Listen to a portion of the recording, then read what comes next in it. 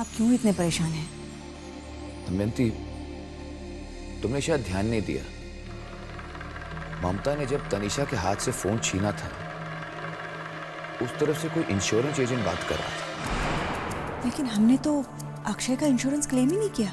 हरिओम हरिओम, ये क्या बातें लेकर बैठ गए हो तुम दोनों? मेरी मानो तो ममता की दिमागी हालत के बारे में सोचो। अनंत, तुम्हें डॉक्टर को बुलाना ही होगा। अगर देर हो गई ना तो बात हाथ से निकल जाएगी।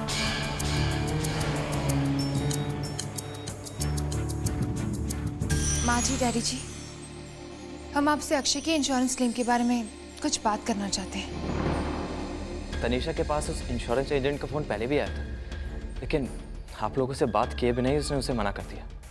हम लोग आपको बताने ही वाले थे कि फिर ममता का तमाशा शुरू हो गया, और फिर आज सुबह तो उस एजेंट का फ़ोन खुद ही आ गया। माँ जी, हम सब तो जानते हैं कि अक्षय अब कभी वापस नहीं आएगा, लेकिन ममता है कि पूरी जिंदगी उसके इंतजार में बिता देगी। वो कभी पैसों के लिए इंश्योरेंस क्लेम नहीं करेगी, और उस वजह से क्या होगा पता है? सारा पैसा सरकार के खाते में चला जाएगा। जो पैसा हमारा, मेरा मतलब है आपका है।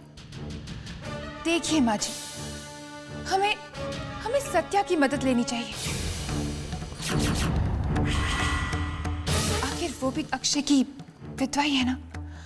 आप समझ रही हैं ना मैं क्या कह रही हूँ? हाँ, और अगर ममता की जगह सत्या इस पॉलिसी को क्लेम कर देगी तो ममता, क्रिश, सत्या, आरव सबके प्रति आपकी जिम्मेदारी खत्म हो जाएगी। और डैड, आप ही सोचिए ना, अक्षय ने कुछ सोच समझ कर ही तो ये पैसा इन्वेस्ट किया होगा। हाँ, अब अगर हम उसकी इच्छा पूरी नहीं करेंगे तो उसकी आत्मा को कितना दुख पहुंचेगा। दमयंती, करण बिल्कुल ठीक कह रहा है।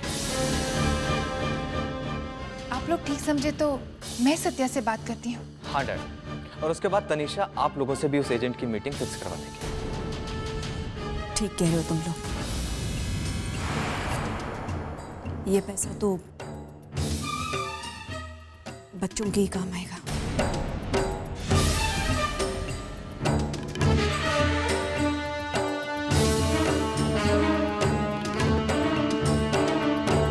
देखो सत्या, बात तुम्हारे बेटे आरव और क्रिश के भविष्य की है, और तुम तो जानती हो कि इस वक्त ममता की दिमागी हालत पूरी तरह से ठीक नहीं है।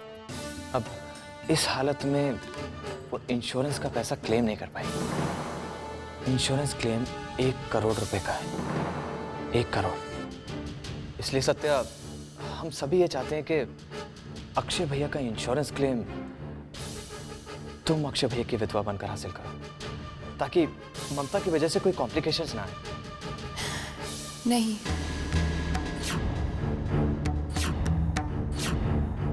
माफ करिएगा भैया, पर मुझे नहीं लगता कि ममता की दिमागी हालत को कुछ हुआ है, और मेरे हिसाब से इंश्योरेंस क्लेम करते समय ममता को भी हमारे साथ होना चाहिए। सत्या, ममता तुम्हारे साथ कैसे हो सकती है? वो तो सिर्फ अक्षय का इंतजार कर रही है। वो तुम्हारे साथ कैसे आएगी? हाँ सत्या, और देखो, ये फैसला हमारे परिवार के लिए बहुत जरूरी है। और बेटा, तुम आरव के बारे में सोचो ना। इंश्योरेंस के पैसों से तुम अपने बेटे की जिंदगी संवार सकती हो। मुझे माफ कर दीजिए बुआ जी, लेकिन ममता के साथ के बिना मैं इस घर में कोई कदम नहीं उठा सकती। उसके एहसानों का बदला मैं उसे धोखा देकर नहीं कर सकती।